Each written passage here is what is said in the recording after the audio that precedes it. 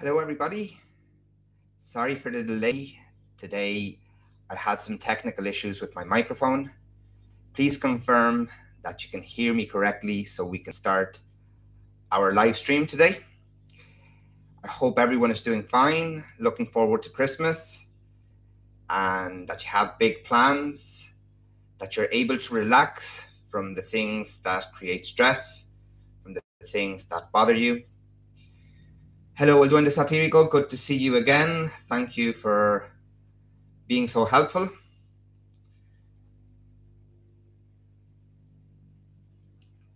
And yes, we have Christmas around the corner and a new year, 2024. Hopefully a great year for HIV, for finding the cure, for finding ways of stopping this disease, at least to a certain extent we can provide, because today we're going to give you a few pieces of news that might be discouraging, considering the advancements in a vaccine trial that has been halted in Africa. The reasons for this is that it didn't seem to be working according to the data. We'll get into that later on. However, we want to look at 2024 as a very optimistic year for HIV. We want to believe that the cure is closer now than it's ever been before. And we just want everyone to have access to whatever medication they need in order to cure their disease, or at least stop it from becoming something serious and have a normal life like most people.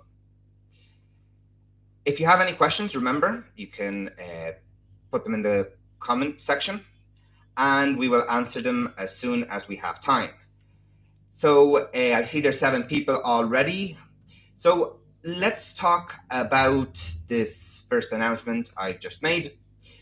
The first HIV combination vaccine trial in Africa halted. So at the moment, the quest for an effective HIV vaccine has hit a roadblock, as the first trial of 2 combination vaccines in Africa has been halted due to ineffectiveness. Not healed, but stopped, halted.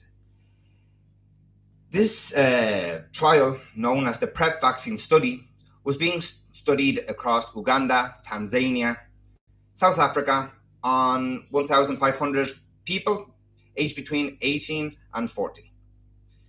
Now, this African-led trial, which started in December 2020, was terminated last month following an interim review.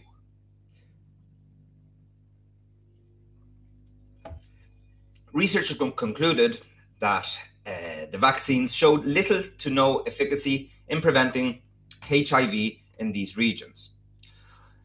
This is not positive. If we consider the big scheme of things, it's not a piece of encouraging news, but still, despite this setback, the trial of pre-exposure prophylaxis pill alongside the vaccine continues. The PrEP vaccine trials, also allowed by African researchers with support from European scientists, were funded by €15 million grant from the EU's European and Developing Countries Clinical Trials Partnership. Now, we have some insights from certain experts that have commented on this. For example, Professor Jonathan Webber from Imperial College London, one of the trial sponsors, highlighting the importance of clinical trials, stating that it was important to find out whether the combination vaccine regimens in PrEP vaccine should be ruled out or further developed for preventing HIV. He added, "Our interim result puts this generation of putative HIV vaccines to bed." A different investigator, chief investigator at UVRI, Professor Pontiano Calabu, emphasized the critical need for an effective HIV vaccine in Africa, stating that it's a goal that must have even greater urgency now that no HIV vaccines are being trialed for efficacy anywhere in the world. So, We can have, despite the challenge, despite the difficulties, despite things not going our way exactly, we acknowledge the scientific hurdles. This is what Dr. Rusargira expressed optimism at the AIDS conference, saying that the scientific hurdles are high, but I have equally high hopes that an HIV vaccine will be developed one day. This setback follows the discontinuation in 2020 of trials in South Africa for the RV144 vaccine, which we have a video of in our channel. The only vaccine that had previously shown some success in protecting against HIV, reducing infection rates by almost a third after 3 years of trials in Thailand between 2003 and 2006. The final results of the halted PrEP-Vax study are anticipated to be made public in late 2024. With over 39 million people worldwide living with HIV, including more than 25 million in sub-Saharan Africa, the quest for an effective HIV vaccine remains an urgent global priority. This is the first piece of news that we have. It seems like some trials are successful and others are still in a process where they can't really establish a success out of the numbers they're getting. They're not as good as they were expecting. But again, every single drawback in science is a way of making progress. We cannot be discouraged by negative news. We cannot be thinking that because we see that the vaccine will not be available till 2030 or by 2030 we can be discouraged from it. We need to think that it will arrive by 2030. We have there a time mark that we are waiting for. We have a year where we know that things might get better. Last week we were talking about Joe Biden speaking about this challenge. We are all being optimistic about this. Some trials will be successful and they will lead to a lot of progress. Other trials will not be successful and we will just learn from those mistakes and continue making progress in other aspects. Now, I wanted to talk to you about a few other things today. For example, this is related to what we were talking about in the live session we had last Saturday. Early treatment offers hope for medication-free remission in pediatric HIV patients. So there's room for optimism for the younger ones dealing with this disease. So in a groundbreaking news, a multinational study published in Lancet HIV reveals promising findings for pediatric HIV patients. The study, conducted across 11 countries, showcases the potential for medication-free remission in children born with HIV who received early treatment. Lead author Dr. Ellen Chadwick, former director of Section Pediatric, Adolescent and Maternal HIV Infection at Anne and Robert H. Lurie Children's Hospital of Chicago, highlights this study's significance. She states, moving away from reliance on daily antiretroviral therapy, also called ART, to control HIV would be a huge improvement to the quality of life of these children. The study aimed to replicate the remarkable case of the Mississippi baby reported in 2013, where the infant achieved 27 months of ART-free remission after starting ART within 30 hours of birth.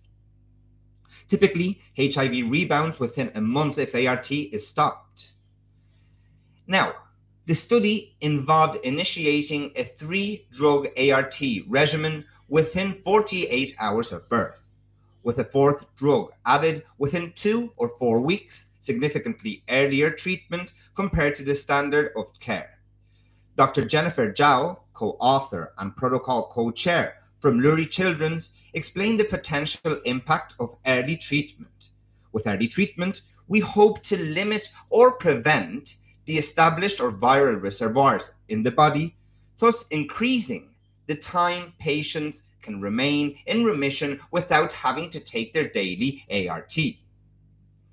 Dr. Chadwick emphasizes the study unexpected findings, revealing a higher than anticipated percentage of children eligible for interrupting therapy. She expresses hope, stating, "If even one child achieves remission, that would be considered a success." Moreover, advancements in HIV medications offer improved prospects for limiting viral reservoirs and exploring remission in pediatric patients. The sooner you can catch the virus and you can start giving treatment, the better response in your body, the less problems you will have to deal with in the future. In many cases, when children get HIV, it's usually a product of parents not being responsible enough to get all the tests onto the baby before it reaches a certain age, also called negligence. If you keep taking your child to the hospital, if you know you have HIV, that's the first thing. Your doctor should be made aware of all of this. The hospital where you're giving birth as well. The medical doctor of your child, your local doctor, should know about this. I'd say that information here is one of the most important things.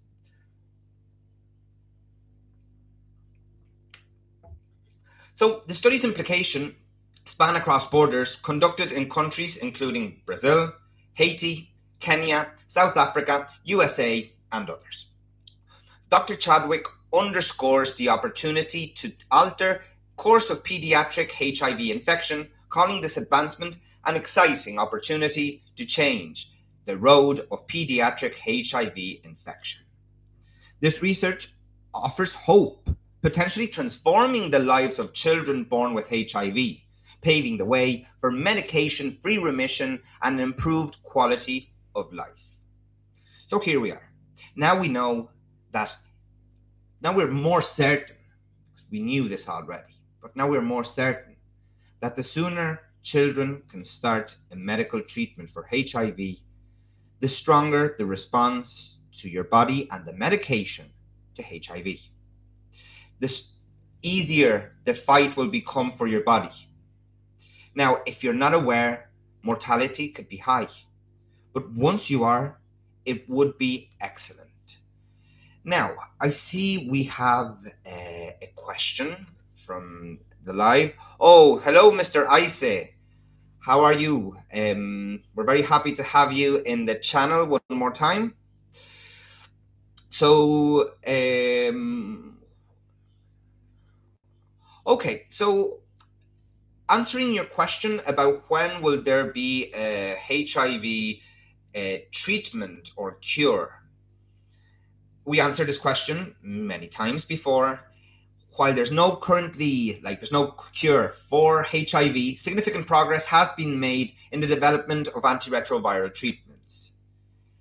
These are effectively have the enough properties to manage the virus, allowing individuals to lead healthy lives. The key here, Mr. Ice, as we always say, is early detection and potentially testing as much as possible.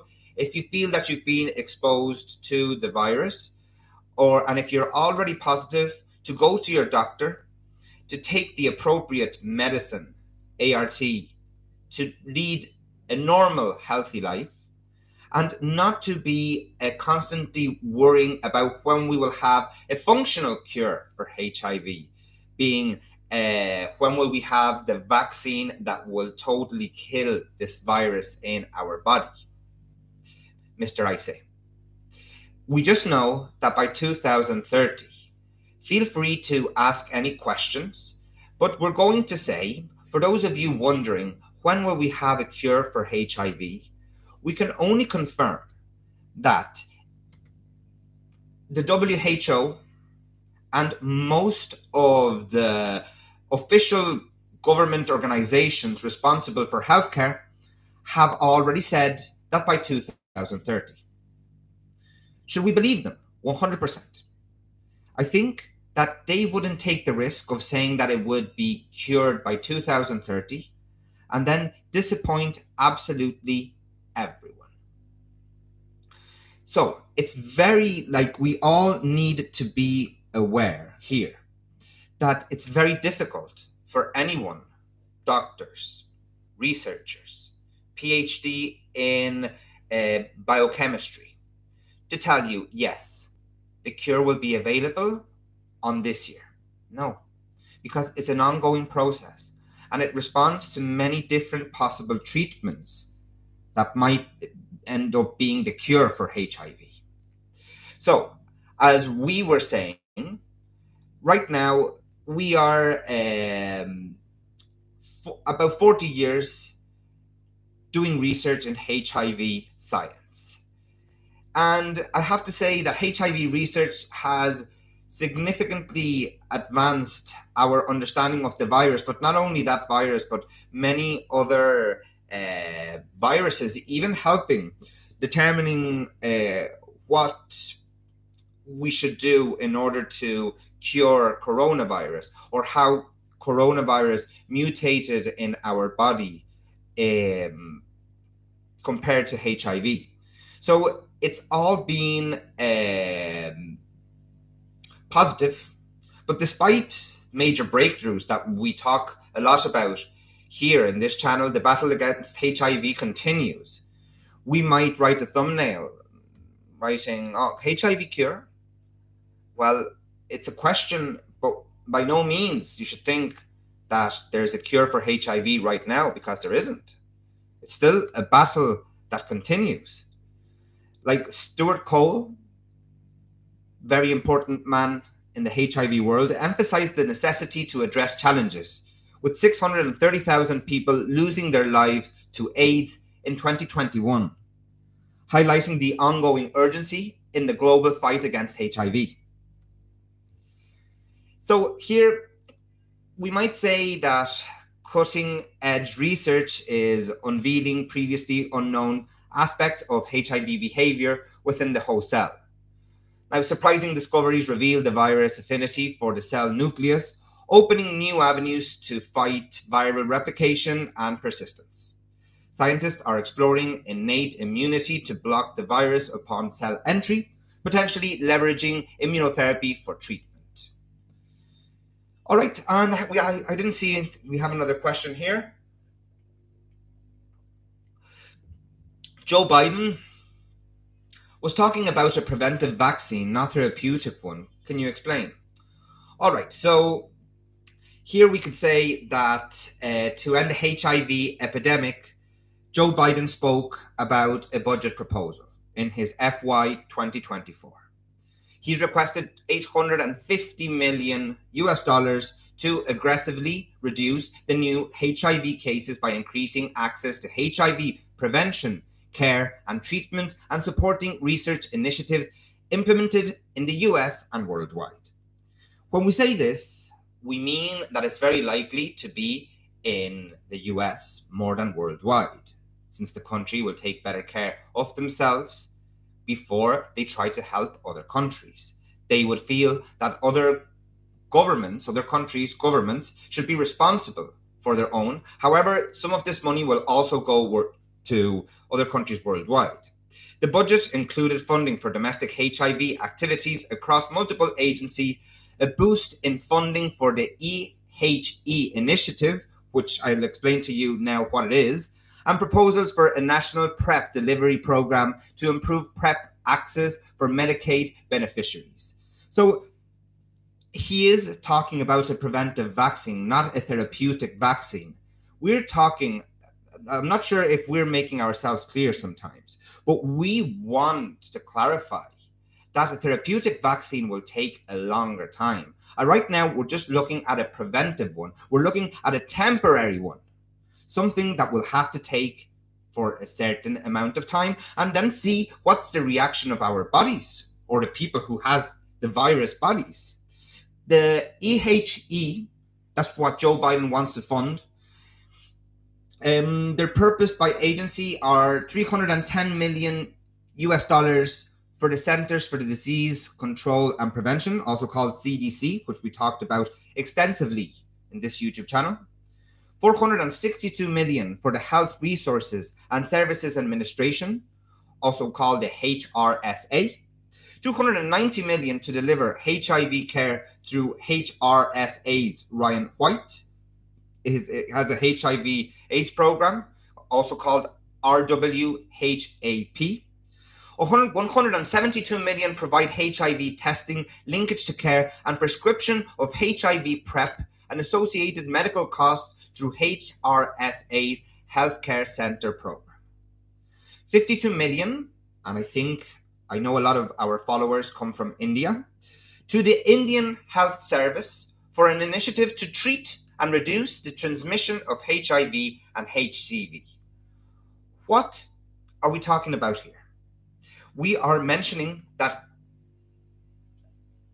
excuse me, I have a sore throat and my throat keeps drying all the time.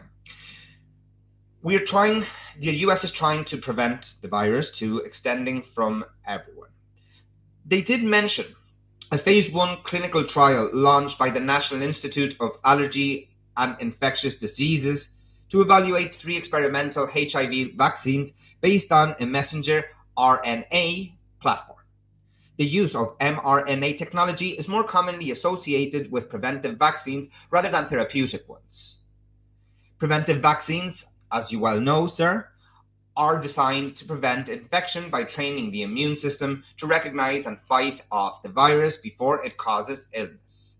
Therapeutic vaccines, on the other hand, are intended for individuals who are already infected to help control the infection or reduce the impact on the immune system.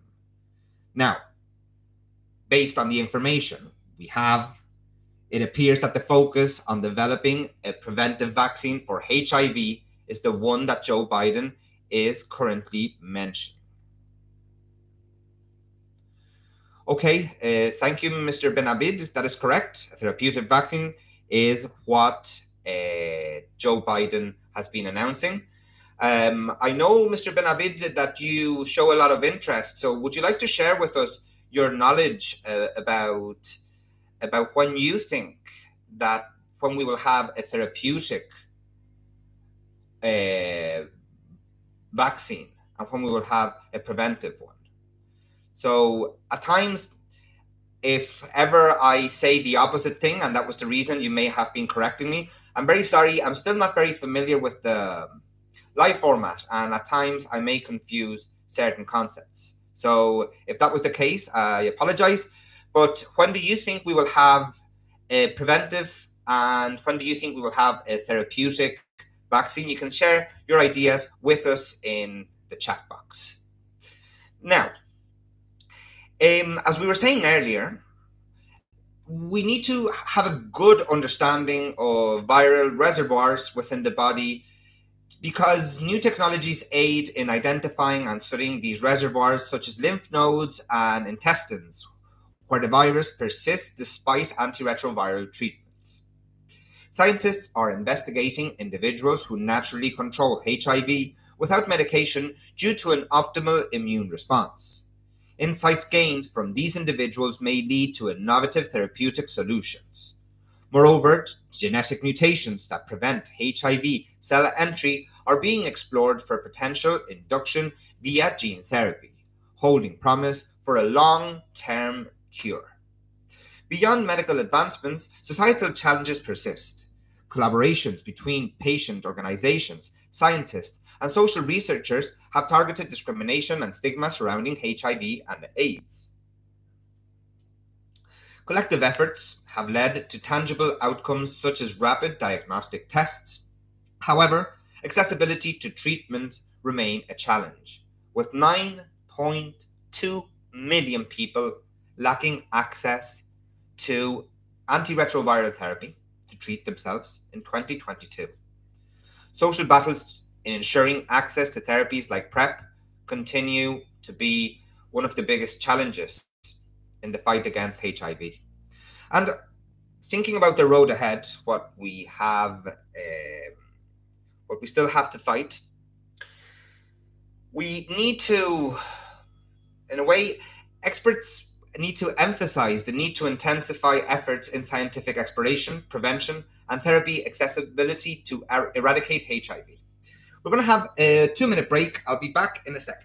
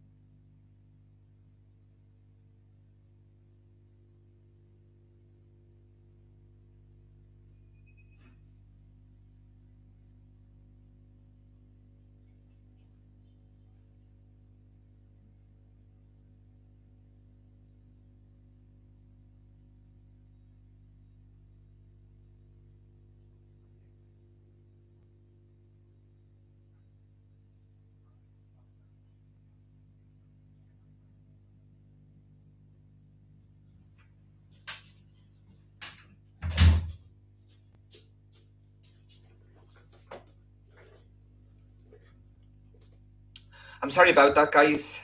I had to answer a call.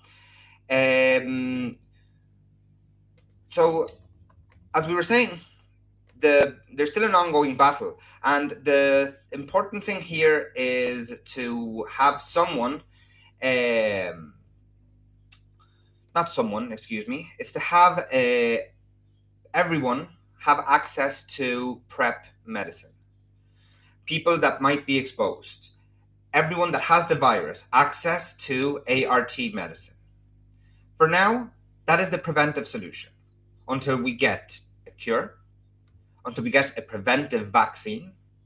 If we get it in the next few years, we will have to rely on ART as at least a way of controlling the virus. And we're going to talk a bit about that.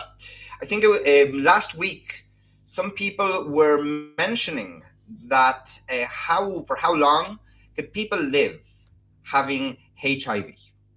So it's important now to notice that there's this city I wanted to talk about. The city in Europe. I'm sure many of you know it already. Amsterdam, because we already had a video on how a patient defeated the fight against HIV and got it in remission in his body. Well, Amsterdam is almost at the verge of eliminating HIV from its city. It's been experiencing a remarkable decline in new HIV infections, nearing elimination rates from 2010 to 2022. In an article published by the Eurosurveillance journal titled "A 95% Decline in Estimated Newly Acquired HIV Infections." This initiative is impressive. It is some of the best progress ever made by any city in the fight against HIV. Dr. Godelieve de Brie, the H-Team project leader, gave more information about this and revealed that the initiative emerged in 2012, prompted by sluggish progress in declining HIV incidences despite established HIV services in Amsterdam since the epidemic's early stages. Despite successful harm reduction programs and accessible HIV test and treat facilities, the impact on reducing HIV diagnosis and transmissions was insufficient. This realization sparkled the inception of H-Team, focusing on better utilization of Amsterdam's infrastructure and identifying gaps in the HIV care continuum. The initiative concentrated on collaborative interventions encompassing acute and chronic infection awareness among healthcare providers and communities, acute HIV test and treat services, and PrEP provision. Dr. de Brie highlighted the acute test and treat strategy, born from a study indicating 60% of new HIV transmissions were linked to acute infection among men who have sex with men in Amsterdam. One significant initiative was an acute HIV test and treat campaign that aimed to promptly diagnose and treat individuals with acute HIV infection. Additionally, the project incorporated geographical information systems mapping to analyze HIV prevalence and diagnosis stages in various areas of the city, aiming to target undeserved populations more effectively. Reflecting on the initiative learnings, Dr. de Brie emphasized the need for early engagement with local government bodies, crucial for infrastructure and support. While acknowledging the unique challenges of each city, lessons from Amsterdam's success, such as collaboration among diverse stakeholders and developing a shared strategy, can offer a valuable insight to other regions and what they should do. Dr. de Brie highlighted the importance of these collaborative efforts, demonstrating the feasibility of city-wide initiatives for HIV prevention. Despite challenges, the Amsterdam experience serves as proof that the concerned efforts involving diverse groups can yield impactful results, encouraging hope for global HIV elimination. We have more positive news. This is fantastic that big cities known for the HIV virus being prevalent in these regions, especially during the 1990s, are now on reducing the transmission of the virus by such large numbers. What does this come to show? That governments investing money in their healthcare systems, governments working together with pharmaceutical companies to provide the best service, governments so their citizens can access it only by paying their taxes. Private companies, because they tend to have good technology to do research as fast as possible. This is not a fight.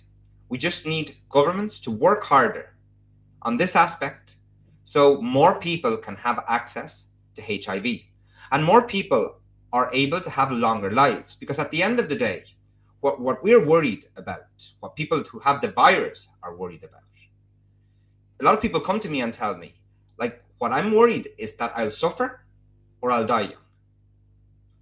And both of these concerns are valid. But if you're still have the virus, but you're able to live a normal life, it can be perfectly fine. And this brings us to our next point. How will we extend our life with HIV? Factors and strategies. As always, guys, welcome everybody to the live stream. Don't forget to write any questions in case you have any. And if I say anything that might be confusing or that might not be clear, just ensure to put it in the chat box so I can clarify any aspects. Advances in treatment have significantly transformed the outlook for individuals diagnosed with HIV. While once viewed as significantly reducing life expectancy, early diagnosis coupled with consistent medical care and treatment now allows those with HIV to expect near normal lifespans. However, various factors influence longevity with HIV, some within control and others not. Historically, HIV diagnosis signaled a drastically reduced lifespan, with those newly infected at 20 years old anticipated to live merely a decade post-diagnosis. However, the introduction of highly active antiretroviral therapy in 1996 changed everything.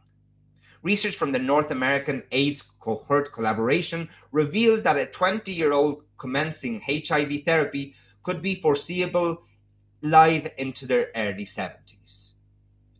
This recent data in the Lancet HIV journal confirms these findings, indicating an average life expectancy between 70.8 years to 74.6 years, which might be 4 to 5 year difference with the average death in the country.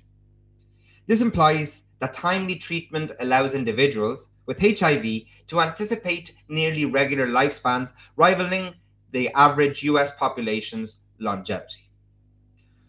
We have a question. Oh, Mr. Prendam, welcome back to our live stream. We're very happy to have you one more time here. Currently, how many years life expectancy for HIV positive people? Well, I just gave that data. It would be an average life expectancy of people who are on treatment from 70.8 to 74.6 years in North America and in Europe. We can find out what it would be in India. I'm not sure, because definitely in Europe and in America, healthcare is a lot more advanced than in India. Therefore, implying that it would be a lot easier for us to, under better hygiene, under better hospitals, under better doctors, all of this responds to the same thing: more money, more investment. The countries are more developed. A country that is developing cannot have the same quality of doctors than a developed country. Therefore, 70.8 years to 74.6 would be for 20-year-olds in North America, implying Mexico, the US, and Canada, and Europe. And in Europe, we have to take one thing into consideration. The rates of HIV are a lot higher the eastern you go than the western. So West Europe, countries like the UK, like France, like Germany, like Spain, like Italy, have lower rates of HIV compared to countries like Bulgaria, Moldova, Belarus. So here we have that it really depends on the country that you're in and the access to healthcare you have. Because you may think, oh, this will have the same response in everyone. No, diet is very important. Taking care of yourself is very important. Treating yourself, exercising regularly. All of these things are going to play a very important role in life expectancy regarding HIV. So it's not always what the pill does, it's also the lifestyle people follow. People with HIV need to understand that their body is already in jeopardy and that they need to make a stronger effort to take better care of themselves. But like anyone who has any form of disease that might affect you more or less.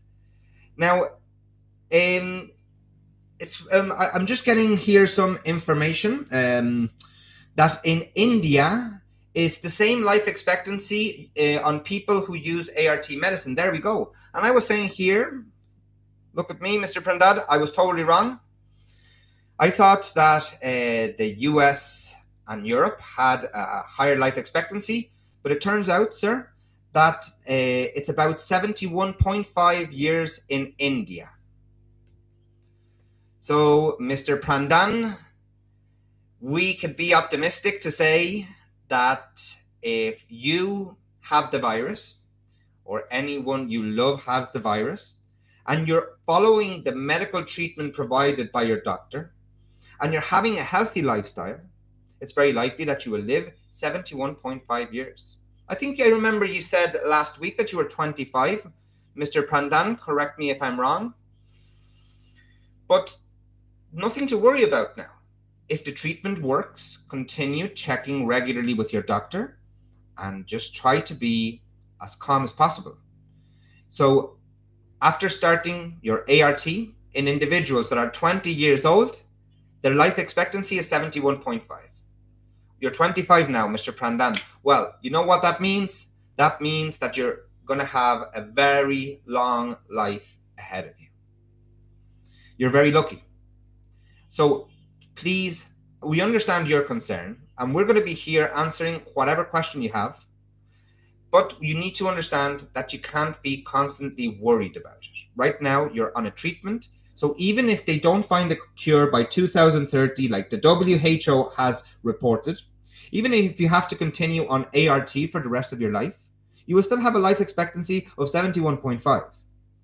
You know, sir, I don't know about you, Mr. Prandan, but if they tell me that I'm going to live 71.5, I'd find it a very good mark. A lot of people die way before that. 71.5 is a good life. It's a good long life. So being 25, you're going to live a very long life. And take into account this is right now. The science continues to make progress every day. If we continue increasing investment in HIV studies, I think that life expectancy will be extended by a lot more in the following years, Mr. Prandan. Medication plus exercise plus good diet plus medication. And meditation, correct. That is absolutely right, Mr. Prandan. Following a healthy spiritual life, staying away from the things that are harmful for your body and soul. And not allowing the mind to take over. Not allowing the worry to constantly be battling you. To constantly being a burden in your mind. Oh my God, I need the cure for this disease I have. Just slowly, you will make a great progress and you will have a good life ahead of you. So, as we were saying, the keys to a long, healthy life with HIV revolve around critical factors consistently observed in individuals thriving with the condition. Prompt initiation of treatment, like early treatment, especially when your CD4 count indicating your immune strength is high, is crucial. Initiating treatment with a CD4 count above 200 significantly increases the probability of a CD4 count normalization, about 500 or higher. Delaying treatment with a CD4 count below 200 potentially decreases life expectancy by 8 years compared to starting treatment earlier. Now, another very important aspect, we haven't made a video about this in the channel, but it will be coming soon, is smoking. Smoking notably reduces the life expectancy for individuals with HIV, causing a greater loss of life years than any other factor. Smokers with HIV face twice the risk of death, reducing their median lifespan by roughly 12 years. It's the same thing Mr. Prandan was saying in the previous comment. Medication, exercise, good diet. Eating things that are good for your body. I have to say, if we consider that HIV is a disease that could be controlled without having to worry too much about it, we could say that if you have HIV and you have access to healthcare, your life could be as normal as anyone else. And Mr. Prandan, if I maintain everything, cancer, TB, kidney problem possible after taking medicine, well, I think that we cannot tell you specifically because we don't have a medical diagnosis of you, Mr. Prandan. So you need to check this with your doctor. The doctor will run tests regularly looking at the impact of ART in each part of your body. But being a young man as you are, it shouldn't have a significant impact if you have a healthy lifestyle, if you sleep well, if you eat plenty of protein and plenty of vegetables, nutrients, vitamins. Also, supplements might be a healthy choice. Your body, your immune system might be in jeopardy. But if you keep taking all the necessary vitamins, it hasn't been proven that it will cure your HIV. But it has been proven that it does have a positive effect on your immune system. So anything you take, regular medical checkups, medication, good diet, and believing in the power of medicine. Like, we talk a lot about positive energy here. That's good. But we also need to believe in science. We also need to believe that there's a lot of people working on this. I know there's a lot of conspiracy theorists that say that the cure will never be available, that the governments profit too much from it. This may be the case. But what we can say is that progress is being made every year. And these people only need to look at any medical report. Go to AIDSmap.com. Go to science.com. Check every single year there's a new case of someone who goes in remission with a new form of treatment against HIV. Of course, it's not made at the same progress as COVID was because everyone got COVID. The rich, the poor. HIV is more of a problem in countries where they don't have good access to healthcare, making it a lower priority in research for a cure. Cancer, for example, would be way higher on the list. And we can just see how slow that cure is coming. Anyway, as we just mentioned, smoking is a very bad factor, but even worse, and I hope this is a warning as well for all my subscribers and all the people that come to these live streams or other people that watch it after they've been uploaded. Avoid any type of illegal drug, especially those injectable ones. HIV positive individuals who inject drugs experience a substantial decline in life expectancy due to an elevated risk of both HIV related complications and other illnesses. Research suggests that they may lose up to 13.6 years of life compared to those without injectable use. Now, there's a few factors influencing life expectancy. Despite medical strides, several factors significantly impact life expectancy for individuals with HIV. Before we get into these aspects, I wanted to clarify something as well, talking to the people that are here right now. Every single life, we warn you, we are telling you, if you ever see a comment in any of the videos that speak about HIV, about how thanks to a certain doctor they got cured from HIV, do not believe them. They are lying. It is a very big problem that these people are making money from you just to sell you something that has not been proven to work. This is a very big problem. This is a very big issue. Do not trust anyone who claims they have the cure for HIV. Always listen to what official channels say. Always. WHO. If they say it, listen to it.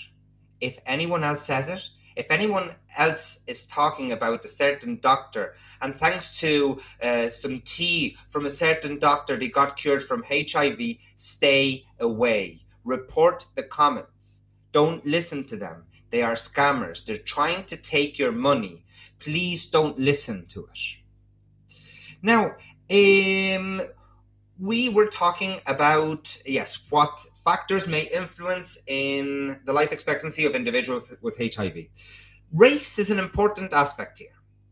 There's disparities in wealth, poverty rates, stigma, and healthcare access among different racial or ethnic groups affect life expectancy significantly.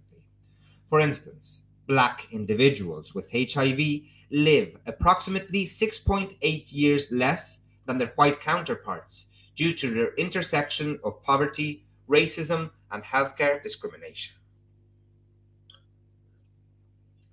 If we take into account that many African countries don't have stable governments that are able to provide good healthcare for their citizens, it's very difficult for them to fight against HIV. It's very difficult for them to have the good hygienic conditions, good nutrition, in order for your body to fight it. So, of course, race plays an important role because most of the Black population is concentrated in Africa, and most poverty of the world is concentrated in Africa, making it a very important factor here.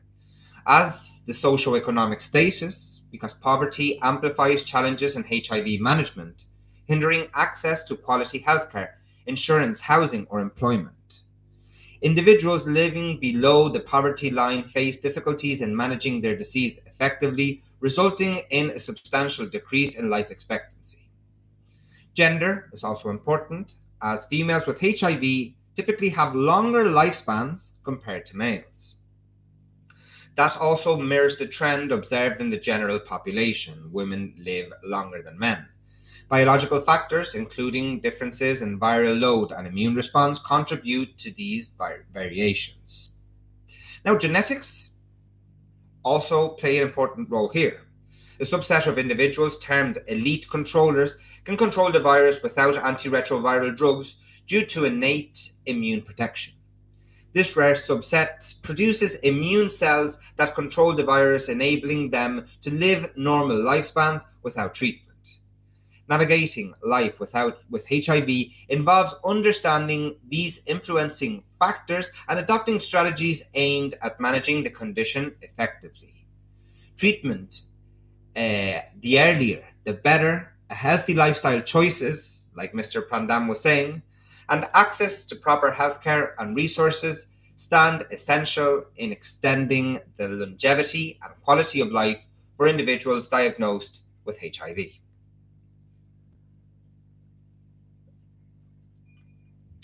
So, what can we say? That right now, thanks to science, you can live a normal life. Although I know Mr. Prandan was concerned about his kidneys, and HIV can potentially affect kidneys, that is correct. And certain antiretroviral medications used in HIV treatments may have effects on kidney function. However, it's important to note that the vast majority of people with HIV can successfully manage their condition without experiencing significantly kidney problems, especially if you're not drinking heavily, not smoking, having a healthy diet. But we can say that some specific antiretroviral drugs may have changing levels of impact in the kidneys. However, healthcare professionals carefully consider the overall health of individuals and monitor kidney functions during HIV treatment. So, Mr. Prandan, if you continue to go to your doctor, he will be able to confirm that you're doing fine. They may adjust medications or dosages if necessary to minimize any potential negative effects on the kidneys. So even if you do have kidney problems, your doctor will be able to figure out a method in order to reduce any form of failure in this organ. It's crucial for everyone with HIV to maintain open and constant communication with their healthcare team. Constant monitoring, constant following prescribed medication, and a healthy lifestyle is everything we need. Essential components of managing HIV and minimizing potential side effects. If someone has any questions about the impact that HIV may have in your body, in your life, in your lifespan, please put these questions in the chat box. We will be more than happy to deal with them as soon as we get them. Now, there's a few other things I wanted to speak about today. We've gone over some really good points, but we did start today, the first piece of news we shared with you, the discontinuation of PrEP vax, an Africa-led HIV prevention study with European support. It's been stopped, and the reason for this is due to the unlikelihood of demonstrating vaccine efficacy in preventing HIV acquisition. We spoke about this. It was a bit of a downer to start our day of news on such a negative piece. However, the pre-exposure prophylaxis trial will continue its efforts. This, all in all, is not a bad thing. Because expressing disappointment at this outcome, the International AIDS Society, IAS, considers this an essential moment to derive lessons that can propel HIV vaccine research and development with increased urgency. IAS Executive Director Birgit Poniatowski highlighted the critical importance of retaining hope for an accessible and effective HIV vaccine. This would stress its potential to significantly impact vulnerable communities worldwide. The PrEP vax trial operating in Uganda, Tanzania, South Africa since 2018 involved testing experimental vaccine combination and a new form of PrEP among 1,513 individuals aged 18 to 40. They did it considering the high incidence rate in these areas. While current HIV prevention methods had a combination of approaches including condoms, antiretroviral therapy, and behavioral interventions, an effective HIV vaccine holds the promise of offering long-term protection, simplifying adherence, and potentially reducing the stigma associated with prevention practices. Now, despite setbacks in efficacy studies, the IAS emphasizes the value of drawing lessons from unsuccessful strategies to refine approaches in HIV vaccine development. Understanding these problems is crucial in advancing closer to the goal of an effective vaccine. The IAS urges all stakeholders, including those in Europe, to intensify efforts in HIV vaccine R&D to translate the vision of ending HIV as a public health threat into a reality. Now, we always say, always look at the bright side of things. And on that note, we're also going to comment on some transformative potential of long-acting injectable treatments from HIV, what we just mentioned at the end.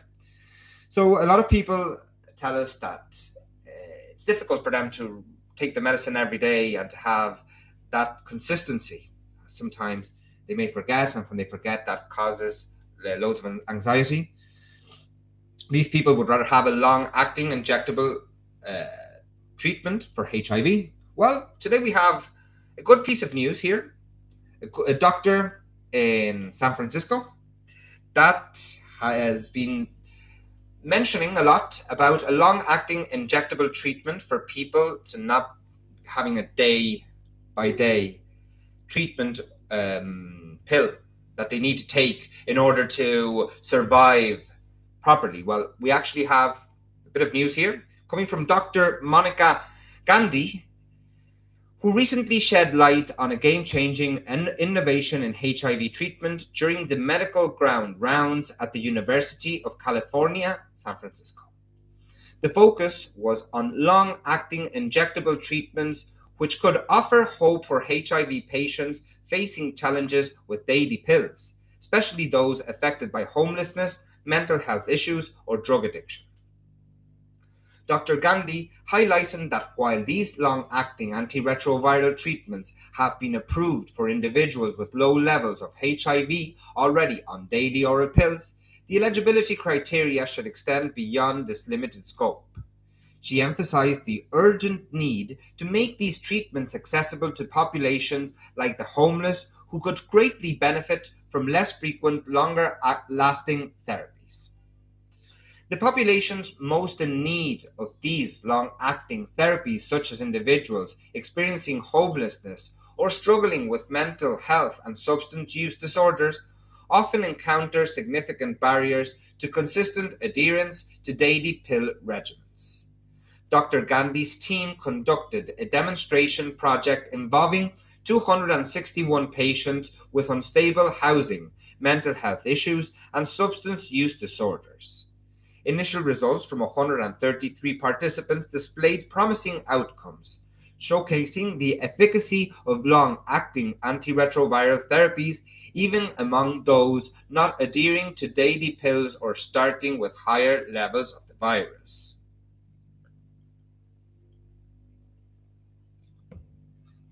Among those who began the study without viral suppression, the treatment exhibited a 90% viral suppression rate.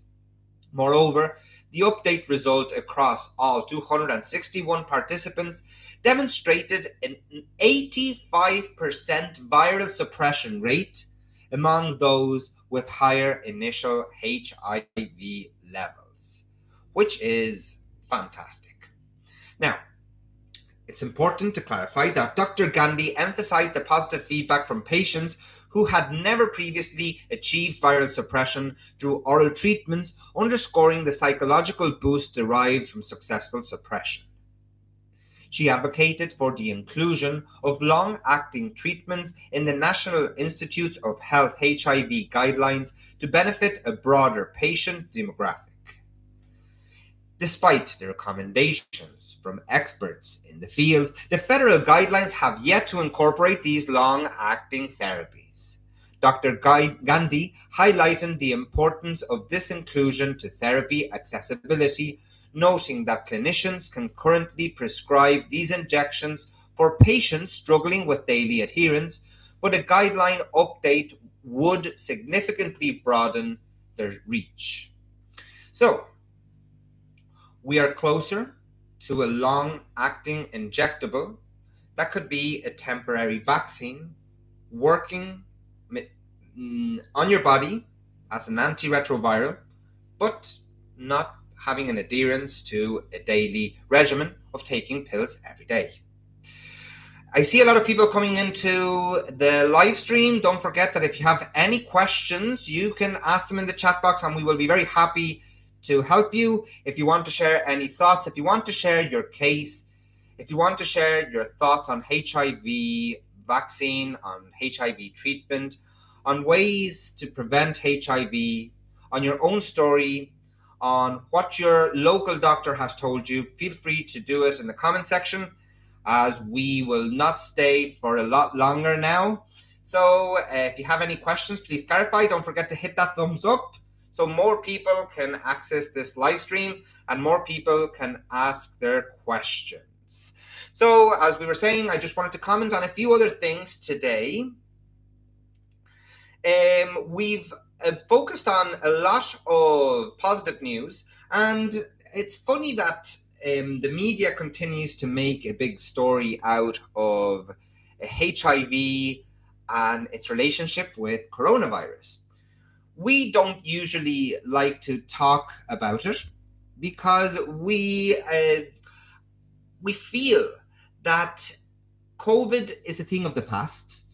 We feel like COVID is no longer a big problem, more than common flu.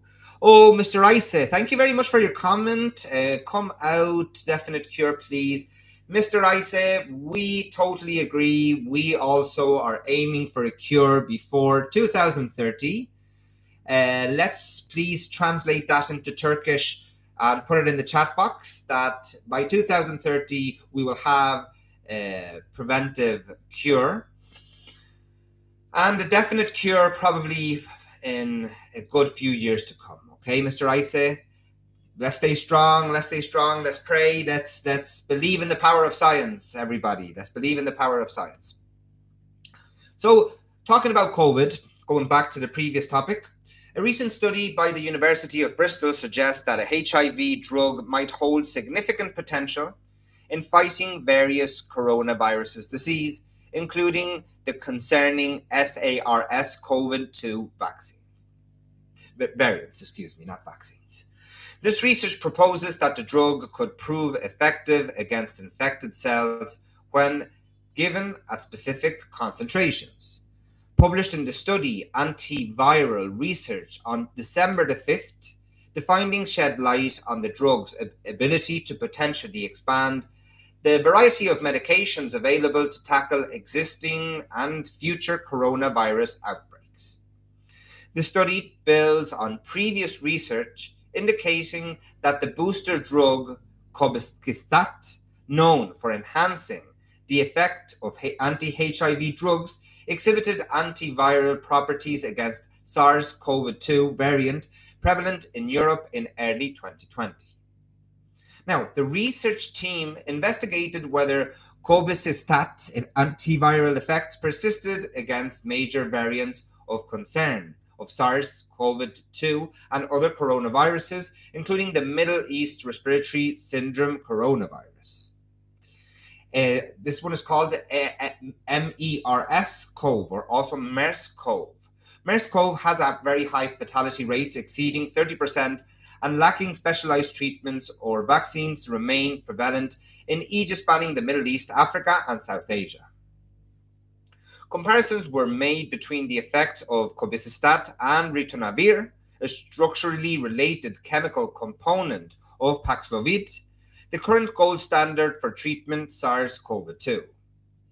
Utilizing automated image analysis for screening, the team found that both cobicistat and ritonavir exhibited antiviral properties against all 8 tested VOCs of SARS-CoV-2, along with other human coronaviruses.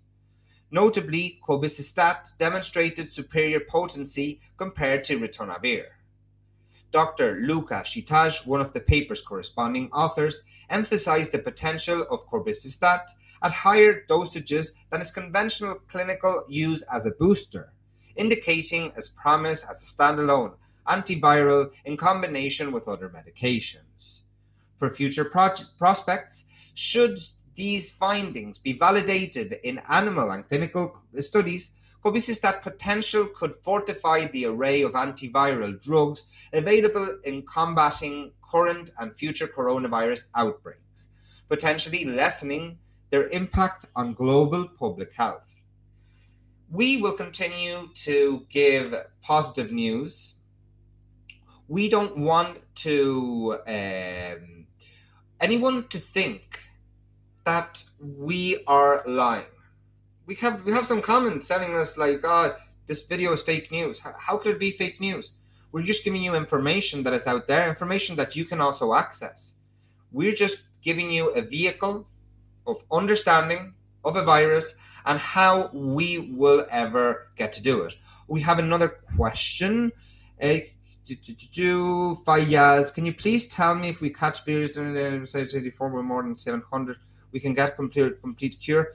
Well, it's a very complex question. There is no known cure for HIV. That's the first thing we need to establish. So I'm not sure if you mean successful response to ART, but if you're talking about cure, there's no cure. Early detection and timely treatment with antiretroviral therapy can be significant to improve the prognosis and quality of life of anyone that has HIV, if that is your case, Mr. Fayaz. So, when HIV is diagnosed in the early stages, especially when the CD4 count, this is the measure of immune system health, as we mentioned earlier, is relatively high, starting ART can help suppress the virus, prevent further damage to the immune system, and reduce the risk of developing AIDS-related complications. In some cases, individuals on effective and consistent ART can achieve the undetectable viral load.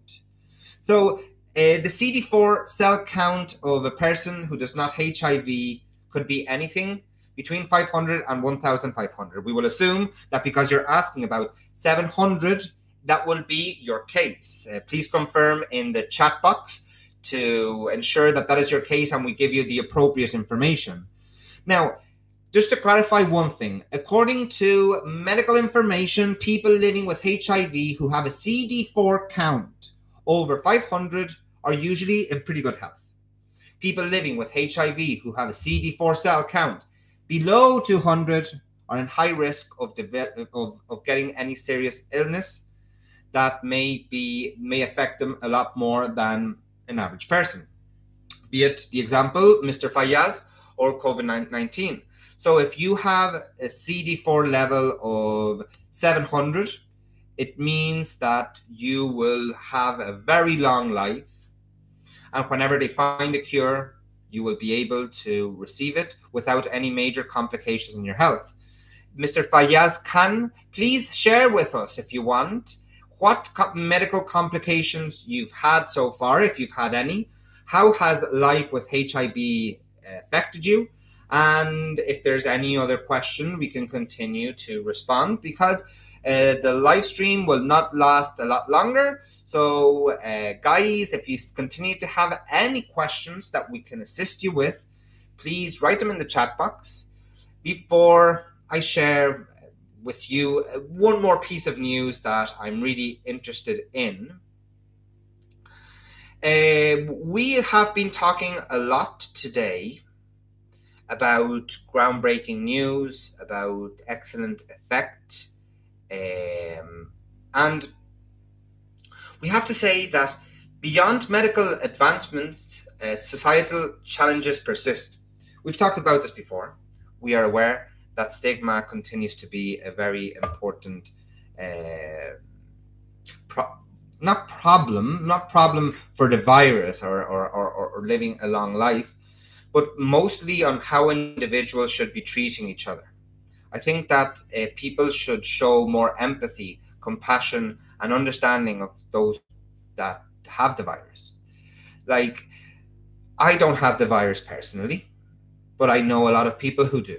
I deal with a lot of people that come to the channel and send us emails every day that tell us their stories, that tell us how much suffering they've gone through, but how positive they're feeling since we released these videos, focusing on a more optimistic approach towards science, rather than a negative approach, rather than being constantly making people think that hopelessness is the only thing they have left. That is not true. If you have HIV, your life could be as fine as if you didn't. You just got a wake-up call before most people usually do, which means you need to take better care of yourself, which means you need to treat people with respect, which means you need to show compassion, which means you need to share whatever you have inside with your doctor, with your friends, with your family. And if you hear of someone, or if you know someone who's suffering this virus, always try to make them feel good about it.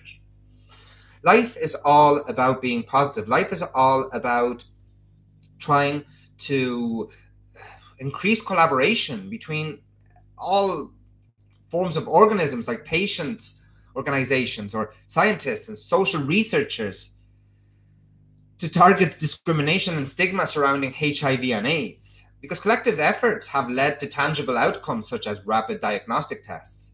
However, accessibility to treatment remains a challenge. 9.2 million people lack access to antiretroviral therapy in 2022. This is outrageous. In developed countries, anyone can access it for free, and the countries that need it the most, the government are not providing any form of healthcare support for their population, who continue to get the virus on a daily basis. We see it every day. Most people that follow this channel are not in Europe, are not in the US. Most of them are in India. Most of them are in Kenya. Most of them are in South Africa.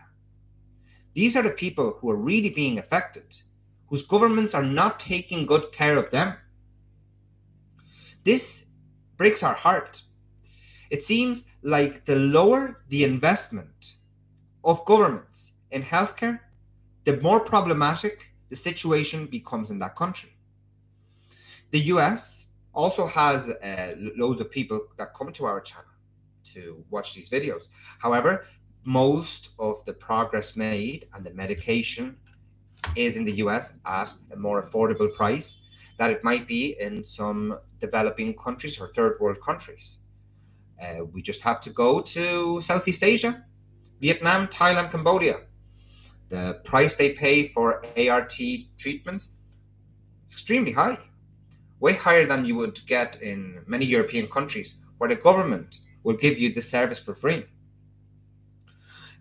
Increasing collaboration not only for people in your country, but also for people in countries that need it the most, in countries who don't have resources to fight against deadly diseases. We need to take care, we need to address HIV like we've addressed other major diseases that may have had an impact on everyone. We need to increase the collective mentality rather than individualism. We need to head towards a world where everybody fights against something, where everybody is more conscious that this continues to be a problem. It seems like HIV is a thing of the past. Well, you can live a healthy life if you have access to treatment, but what if you don't? What will we do with those people? Will we just allow them to die? I just want to bring this reflection. We at Actual Edge have never asked for money.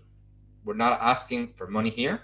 But if you want to donate to any association, official association, to cure HIV, always make sure it's a legit website from an official source.